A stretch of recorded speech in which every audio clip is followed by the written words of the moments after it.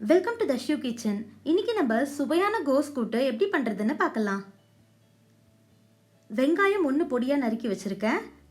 தக்காளி 1 கட் பண்ணி வச்சுருக்கேன். கடலைப்பருப்பு 1/4 கப் எடுத்து வாஷ் பண்ணி 15 மினிட்ஸ் ஊற வச்சுருக்கேன்.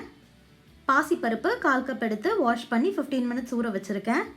கோஸ் 3 கப் அளவுக்கு பொடி பொடியாக நறுக்கி வச்சுருக்கேன்.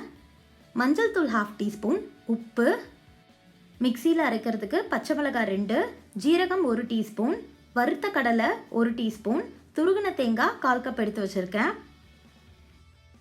தாளிக்கிறதுக்கு எண்ணெய் 2 டீஸ்பூன், கருவேப்பிலை 1 கொத்து, காஞ்ச மிளகாய் 1, உளுத்தம்பருப்பு 1 டீஸ்பூன், கடுகு 1/2 டீஸ்பூன், ஜீரகம் 1/2 டீஸ்பூன் எடுத்திருக்கேன்.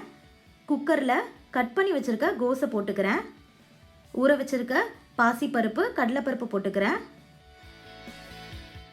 வெங்காயம், தக்காளி போட்டுக்கிறேன்.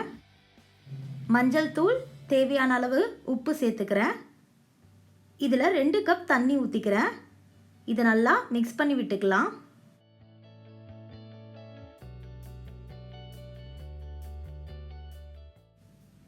இப்போ இதை க்ளோஸ் பண்ணி ப்ரெஷர் குக் பண்ணிக்கலாம். 5 விசில் வரைக்கும் விட்டுக்கலாம்.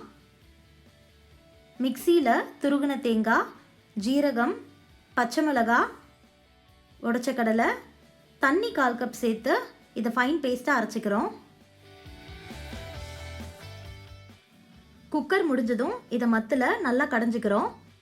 கேஸை மீடியம் ஃப்ளேமுக்கு வச்சுட்டு அரைச்சி வச்சுருக்க தேங்காய் பேஸ்ட்டை இது கூட சேர்த்து மிக்ஸ் பண்ணிக்கிறோம்.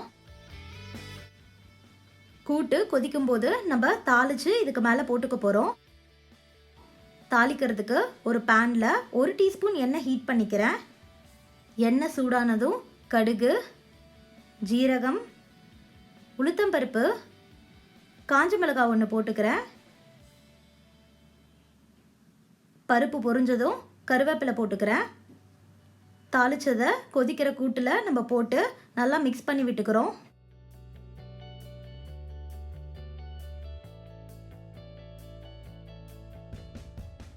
ஸ்டவ் ஆஃப் பண்ணிக்கலாம். சுவையான கூட்டு ரெடி. இது சாதத்துக்கு நெய்யோடு சர்வ் பண்ணிங்கன்னா ரொம்பவே டேஸ்டியாக இருக்கும். ரொம்ப சிம்பிளான ரெசிபி. நீங்களும் கண்டிப்பாக ட்ரை பண்ணுங்கள். உங்கள் கமெண்ட்ஸை ஷேர் பண்ணுங்கள். இந்த ரெசிபி உங்களுக்கு பிடிச்சதுன்னா தஷ்யூ கிச்சனை சப்ஸ்கிரைப் பண்ணுங்கள்.